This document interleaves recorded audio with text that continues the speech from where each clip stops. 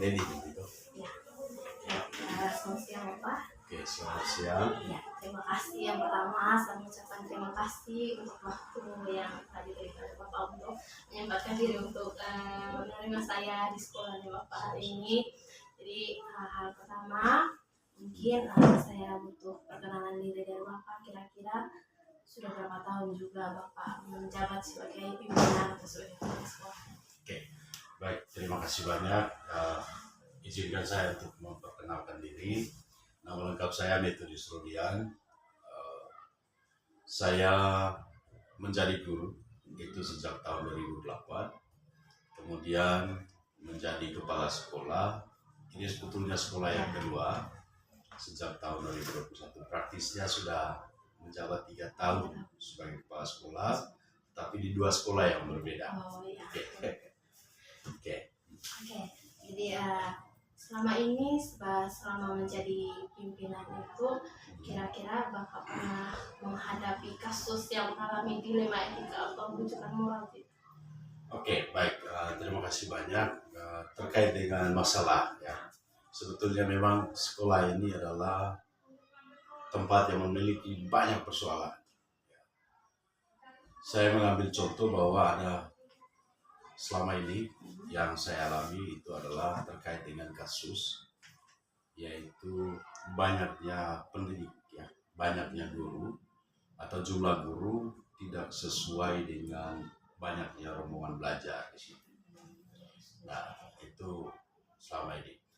Kenapa saya bilang bahwa itu kasus yang sulit diambil keputusannya, dipecahkan solusinya seperti apa? Itu karena begini, sebetulnya jumlah guru yang banyak itu karena berbagai pertimbangan sebetulnya. Yang pertama itu terkait dengan analisis kebutuhan guru. Nah, berdasarkan analisis kebutuhan guru 2 tahun lalu, bahwa ada 12 rombongan belajar. Kemudian praktisnya itu ada 12 guru kelas. Ada 12 guru kelas. Dan kami di sekolah dasar ini kan guru kelas ya, tidak mata pelajaran. Kemudian ditambah dengan guru mata pelajaran agama 1, mata pelajaran PJOK 1. Dengan ya itu saja, sehingga praktisnya di sekolah dasar itu kalau 12 rombongan belajar berarti hanya 14 guru, tambah dengan tindiknya itu ada operator sekolah, kemudian ada tata usaha, kemudian ada pustakawan dengan kepala sekolah. Jadi 12 tambah 4 itu praktisnya di sekolah itu 16 orang. Dengan dilihat dari jumlah rombongan belajar 12 rombel. Tetapi yang terjadi bahwa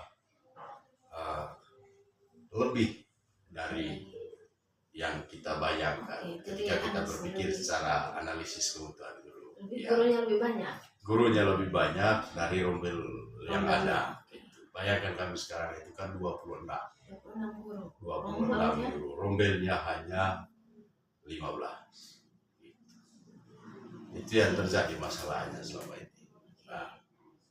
Jadi ketika menghadapi kasus yang seperti itu tadi, sebagai pimpinan itu kira-kira ini kasusnya tadi sama-sama memiliki nilai sama-sama benar dan juga sama-sama memiliki nilai kebajikan.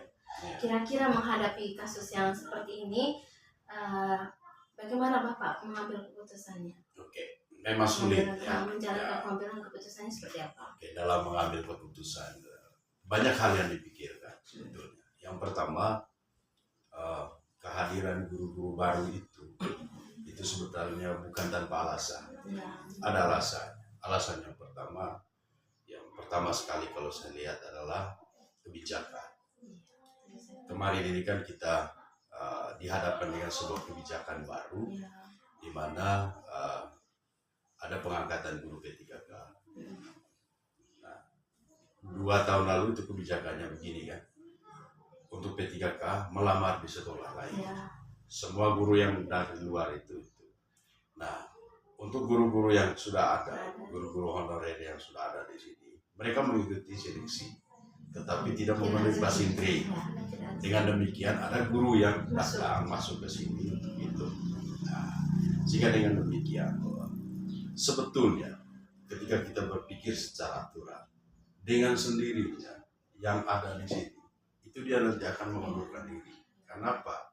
Dia sudah tidak memiliki jam di sini. Nah, itu yang pertama. Tetapi sebagai seorang pimpinan, saya tidak mungkin tega, ya kan? Kita tidak mungkin tega mengatakan itu. Nah, itu sebetulnya masalahnya yang rumit sekali berkaitan dengan kebijakan. Terus menghadapi kasus itu tadi, kira-kira langkah apa yang Bapak pernah ambil untuk menghadapi kasus-kasus itu? Ya, langkah yang saya ambil untuk menghadapi kasus ini sebetulnya yang pertama kemarin itu saya lebih berfokus pada bagaimana soal nilai rasa, nilai rasa, empati saya terhadap mereka, nilai-nilai kemanusiaan.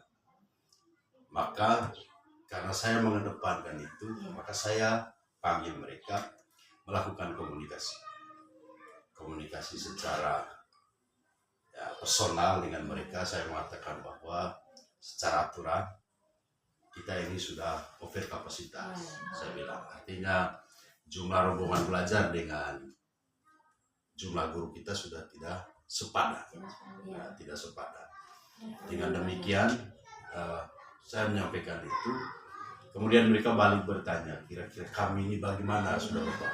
Nah itu. Nah, artinya begini, saya bilang langkah yang paling baik memang kita diuntungkan dengan kurikulum merdeka.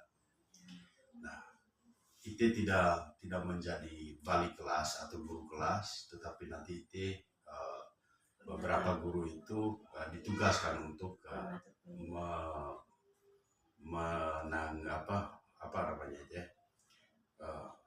mengajar mata pelajaran tertentu di dalam kelas bersangkutan. Ya, itu yang saya buat selama ini. Yang pertama saya lakukan komunikasi, kemudian mereka tetap mendapat tugas, tetapi kalau seandainya dilihat dari jumlah jam memang sudah tidak efektif, kemudian tidak memenuhi aturan mereka seperti itu.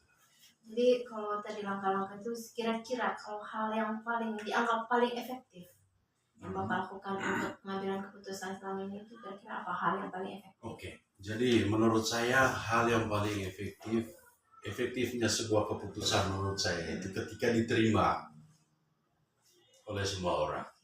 Ya, kemudian dibarengi dengan penjelasan yang berdasarkan nilai kebajikan yang bersifat umum. Nah, artinya ketika saya mengambil keputusan bukan semata-mata karena kewenangan saya sebagai kepala sekolah, tetap saya menggunakan dua hal. Yang pertama tadi terkait dengan empati. Dengan demikian saya melakukan komunikasi secara personal dengan mereka. Kemudian yang kedua, kita tetap berpatok pada nilai-nilai yang sudah ditetapkan secara umum. Itu yang menurut saya. Kemudian yang paling ketiga yang saya pikir adalah ketika penjelasan yang saya sampaikan itu bisa mereka terima, dan tentunya yang paling penting juga bahwa mereka tidak hanya menerima tetapi tetap dipantau dalam bagaimana mereka melaksanakan tugas dalam kehidupan sehari-hari, terutama dalam melayani murid-murid mereka dalam kelas. Nah, kalau tadi kan menghadapi kasus-kasus dilema tuh Bapak tadi sudah menggunakan beberapa langkah, terus ada hal yang paling efektif, terus menghadapi kasus itu untuk pengambilan keputusan. Dalam pengambilan keputusan itu kira-kira Bapak ada tantangan tidak dalam pengambilan keputusannya? Ya baik, ya menurut saya bahwa sekecil apapun langkah yang kita ambil tetap pasti memiliki tantangan.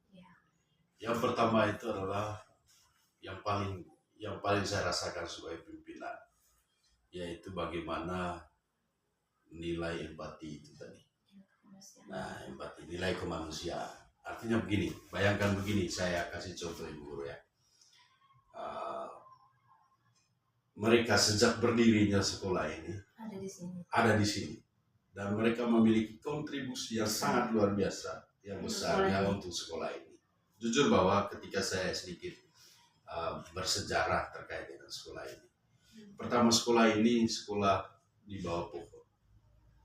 Tetapi karena mereka punya ide, punya gagasan, akhirnya mendatangkan orang-orang dari luar, sehingga sekolah ini bisa berdiri seperti ini. Sarprasnya ya kalau kita presentasikan itu sudah 50% lah. Dulu itu tanpa ada ruang kelas, dan saya yakin dan percaya bahwa kontribusi mereka sangat besar dalam sekolah ini. Jadi itu tantangan yang paling besar ketika saya mengambil sebuah keputusan. Jadi karena memiliki tantangan tadi, kira-kira untuk pengambilan keputusan dari kasus-kasus yang mungkin pernah Bapak alami itu, kira-kira Bapak punya jadwal atau tata kelola sendiri tidak? Atau pengambilan keputusannya itu langsung saja saat ini ada kasus langsung diambil keputusan, ataukah ada jadwal tersendiri seperti ini saya harus jadwalkan untuk pengambilan keputusan dari kasus-kasus terkait dilema etika dan bujukan moral tadi? Betul. Nah, saya orang yang paling lama berpikir. Ya. Kadang-kadang bahwa untuk menangani sebuah kasus, apalagi kasus yang begitu rumit, ya, saya membutuhkan waktu yang lama. Termasuk langkah-langkah yang saya ambil adalah, yang pertama saya lakukan refleksi diri. Kemudian yang kedua, saya punya konsep bahwa kolaborasi itu penting. Artinya ketika saya mengandalkan saya saja, jujur nanti akan betul bahwa saya memang punya tanggung jawab sebagai seorang pemimpin dalam mengambil keputusan. Tetapi saya coba untuk merangkum berbagai pendapat, kemudian saya coba satukan, kemudian saya ambil sebuah keputusan yang ya menurut saya dan menurut penilaian teman-teman juga bahwa keputusan yang diambil itu tidak menguntungkan saya, tetapi tidak merugikan orang lain, tidak merugikan diri saya sendiri juga, tidak menguntungkan pihak lain, dan juga tidak menguntungkan pihak lain. Tetapi saya punya patokan dasar, 3 patokan dasar dalam pengambilan keputusan. Yang pertama adalah berpihak pada murid, itu yang paling penting. Nah, kenapa saya melakukan pertimbangan itu? Bahwa apapun kegiatan yang kita lakukan di sekolah, itu endingnya pasti murid. Yang kedua, yaitu terkaitan dengan bisa dipertanggungjawabkan. Ya, itu yang paling penting juga. Yang kedua, bisa dipertanggungjawabkan. Kemudian yang berikut berdasarkan kewajiban universal. Ada aturan yang mengatakan demikian. Saya pikir bahwa kita semua yang ada di sekolah ini adalah akademisi yang memiliki pandangan yang sama, yang memiliki kepentingan yang sama juga dalam membangun pendidikan di Indonesia. Saya pikir itu yang paling kalau tadi sudah berarti untuk menangani kasus itu Bapak punya jadwal sendiri ya, tidak kasusnya sekarang langsung diambil keputusan, tidak. Jadi punya jadwalnya dalam pengambilan keputusan. Nah, kira-kira dalam pengambilan keputusan itu faktor-faktor apa saja yang selama ini itu memudahkan Bapak dalam pengambilan keputusan, khususnya terutama ini terkait kasus-kasus dilema etika ini? Itu tadi bahwa yang memudahkan saya, yang pertama saya bersyukur sekali bahwa saya memiliki teman-teman guru yang mampu diajak diskusi. Saya bersyukur bahwa ketika saya ada di sini ada 2 calon guru penggerak. Bukan 2 calon ya, tapi ada 2 guru penggerak. Itu ketika saya memetakan sumber daya, itu menurut saya adalah potensi yang sangat luar biasa mereka. Artinya ketika saya tahu bahwa di dalam program guru penggerak itu banyak hal yang mereka pelajari, termasuk bagaimana dalam mengambil sebuah keputusan. Itu yang pertama. Kemudian yang kedua bahwa teman-teman saya di sini, teman-teman guru saya adalah orang-orang yang berpikiran terbuka, kemudian orang-orang yang visioner. Contoh kecil ketika kemarin berbicara tentang pengambilan keputusan, mereka punya pernyataan satu. Kalaupun sekarang mereka tidak dapat kelar, kami yakin nanti ke depan mereka dapat kelar. Itu luar biasa kan pemikiran mereka seperti itu. Kemudian yang ketiga, yaitu bahwa hubungan personal antara lembaga dengan masyarakat, berbagai elemen yang paling dekat dengan sekolah itu adalah komite sekolah. Saya bangun komunikasi dengan sekolah, dengan mereka. Nah, terkait dengan itu, kenapa saya dalam komunikasi dengan mereka? Karena teman-teman yang honor di sini adalah mereka digaji sebagian besarnya itu menggunakan dana partisipasi orang tua. Ya. Jadi itu tadi yang saya jelaskan di awal, bagaimana orang tua, bagaimana guru-guru di sini membangun sekolah ini secara luar biasa dari itu. Apa pernyataan mereka bahwa aturan boleh katakan demikian, tetap kita kondisikan, kami tetap bersedia untuk tetap berkontribusi dalam hal pendanaan itu. Nah, itu yang membuat saya bahagia. Kemudian yang berikutnya orang tua. Keterlibatan orang tua. Saya bersyukur bahwa sekolah ini berada di dalam area yang orang tuanya memiliki latar belakang pendidikan yang baik. Kemudian pemahaman, pemikiran tentang pendidikan juga sangat baik. Sehingga apapun masalah di sekolah, tapi tidak semua masalah kami sampaikan. Ada masalah-masalah yang membutuhkan bantuan mereka, sehingga kadang kami libatkan mereka dalam pengambilan keputusan. Kemudian yang keempat, prinsip. Yang kelima itu prinsip. Nah, bagaimana tadi sebetulnya semua orang itu mau berkontribusi. Yang paling penting itu adalah transparansi, keterbukaan. Salah satu tadi bahwa ketika kita mengalami sebuah persoalan, kita komunikasikan, bangun komunikasi. Sehingga karena bagi saya bahwa ketika kita berterus terang, transparansi dalam pengelolaan terbuka, maka dengan begitu orang itu nanti akan terbuka hatinya membantu kita dan lingkungan pendidikan. Itu menurut saya. Iya, terima kasih untuk faktor-faktor itu. Ada orang tua juga, ada prinsip juga. Jadi itu faktor-faktor yang memudahkan Bapak dalam pengambilan keputusan terkait kasus-kasus di Etika. Nah, dari semua hal yang telah dibicarakan tadi, kira-kira apa pembelajaran yang Bapak petik dari pengalaman pengambilan keputusan ini dalam kasus di Etika? Ada pengalaman tidak yang Bapak petik? Pembelajaran yang Bapak petik? Jadi betul. Pembelajaran, memang omong tentang belajar itu tidak berhenti sebetulnya dari pengalaman-pengalaman itu. Pembelajaran penting yang saya petik ketika saya mengalami sesuatu itu adalah bagaimana saya sebagai seorang pemimpin tidak mengandalkan kekuatan diri, tetapi melibatkan semua orang dalam pengambilan keputusan. Dengan begitu, bahwa semua orang nanti akan nyaman.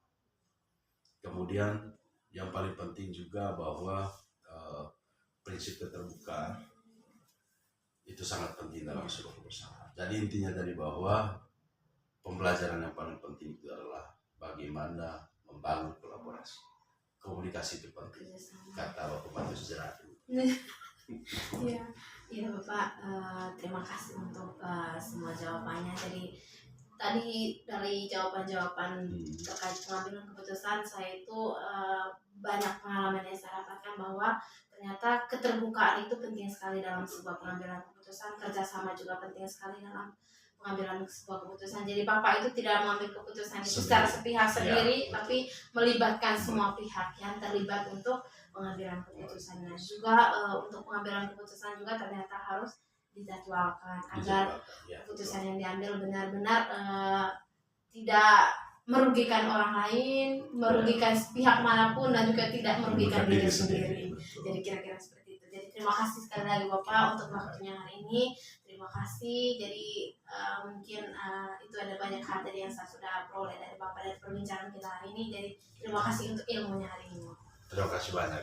Saya juga sangat bangga ketika apa yang saya sampaikan ternyata punya makna dan sebuah pembelajaran juga bagi Ibu. Semoga nanti ke depan saya akan dibantu menemukan solusi ketika ini. Tadi kan prinsip saya bahwa saya akan berusaha untuk menjalin komunikasi, kolaborasi dengan siapapun, termasuk juga nanti Ibu ke depan. Oke.